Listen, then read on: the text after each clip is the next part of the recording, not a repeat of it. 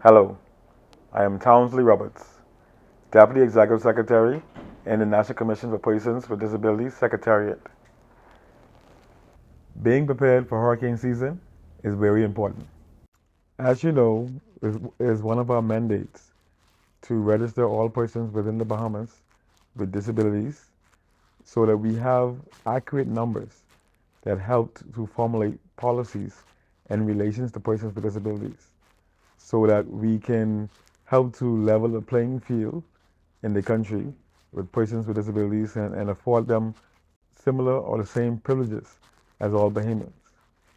In terms of natural disasters and preparedness, especially during this time of the year, it's very important for us to know where do we have persons with disability, if they happen to live in flood zones or areas that may be known to be cut off after a hurricane, so that we can assist them before a hurricane hits and even after an hurricane hits.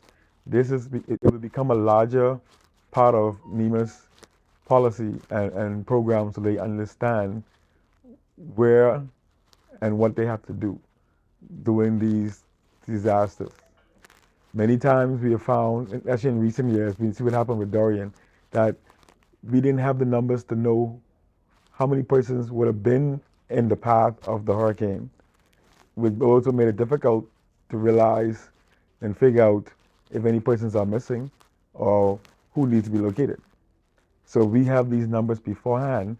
It can better prepare NEMA and all the relevant agencies to help to protect, rescue, and save persons with disabilities. Yes, as you mentioned, we have sensory disabilities, persons who are visually impaired and hearing impaired or hard of hearing. You have the physicals, you mentioned those are wheelchair users or amputees as myself. You have persons with intellectual and learning disabilities. That's many times they are those disabilities that we consider to be invisible, that you can't look at the person and realize they have a disability. So that also reminds me that people should not assume from what they see. Disabilities comes in many forms, and you don't have to be born with a disability to have a disability.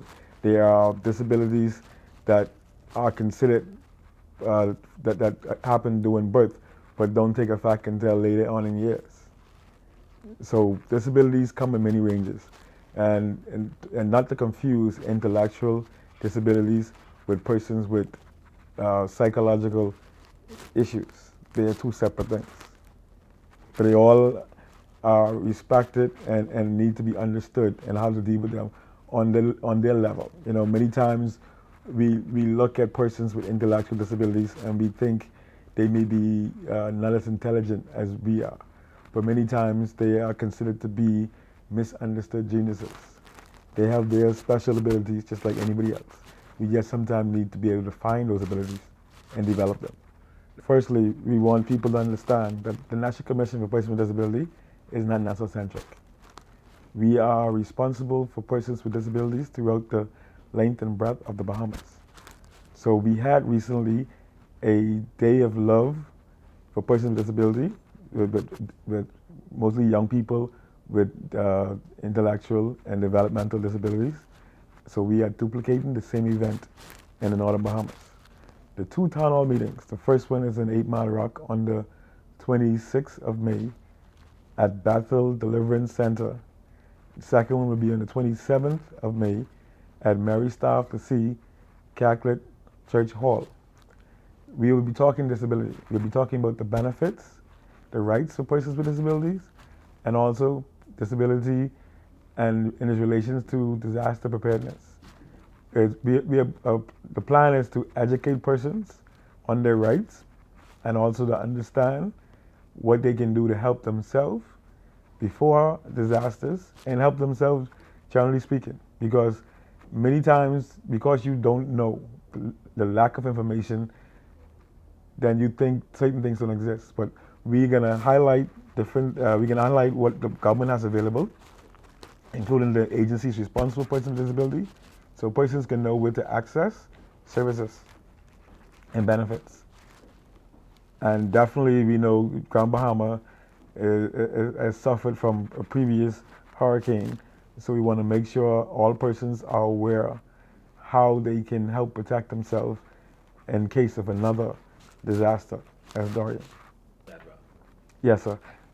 As we speak right now, our senior inspector here in Nassau is inspecting shelters, specifically looking at issues related to accessibility.